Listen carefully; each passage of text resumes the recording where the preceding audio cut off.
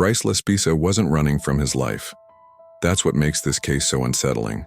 In August of 2013, a 19-year-old college student spent nearly 13 hours sitting in his car, calling his parents, meeting with police, and telling everyone he was fine. Then he drove away and was never seen again. The mystery isn't where Bryce went. The mystery is why he kept going. Bryce was a freshman at Sierra College in California. He was described as intelligent, polite, and emotionally sensitive. Close to his parents, not reckless, not impulsive. There was no history of violence, no criminal behavior, no pattern of disappearing. He wasn't known to run away, which makes what happened next so difficult to explain.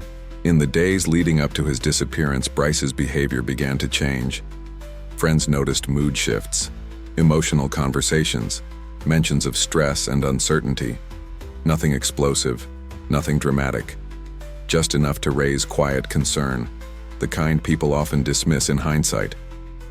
On August 27th, Bryce packed his car and told his parents he was driving home to Southern California.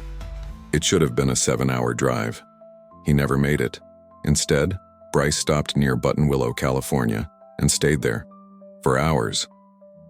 Late that night, Bryce's parents received a call. He sounded emotional, apologetic, not panicked, but heavy.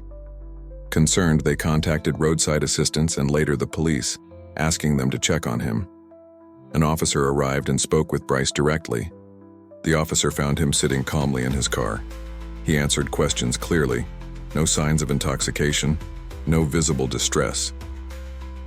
When asked if he needed help, Bryce said no. The officer left. Still, Bryce didn't drive home. Over the next several hours, Bryce remained in the same area. He moved his car slightly, bought gas, made phone calls. At one point, another officer spoke to him again. Once more, Bryce insisted he was fine. Once more, he was allowed to leave. And still, he stayed. This is where the case turned strange. Bryce wasn't lost. He wasn't hiding. He wasn't avoiding contact. He was visible, communicative, repeatedly asked if he needed help. And each time, he declined. At around 11 a.m. the next morning, Bryce finally began driving again. But instead of heading home, he drove south, toward a remote mountain area near Castaic Lake, an area unfamiliar to him, an area with limited visibility, steep terrain, and little cell service. Hours later, his car was found at the bottom of a ravine. It had gone off a cliff and flipped multiple times. But Bryce was not inside. There was no blood trail leading away, no body nearby, no sign of where he went next. Investigators found his phone and wallet inside the vehicle. His laptop was gone. The crash looked severe, yet survivable. Search teams scoured the area for days. Helicopters, dogs, ground crews, nothing.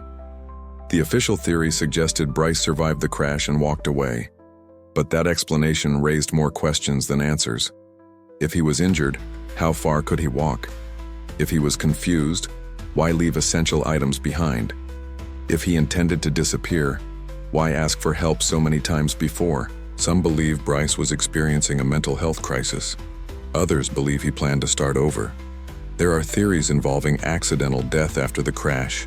There are rumors, sightings, unconfirmed reports. None have ever been proven. What makes this case haunting is not the crash, it's the hours before it. The waiting, the conversations, the moments where intervention seemed possible and didn't happen. Bryce spoke to his parents, he spoke to police. He was asked directly if he needed help. And each time he said no. Then he drove toward isolation. Why stay in one place for 13 hours? Why accept help but never follow through? Why drive toward danger instead of home? This wasn't panic. It wasn't chaos. It was deliberate. Sometimes mysteries aren't defined by disappearance.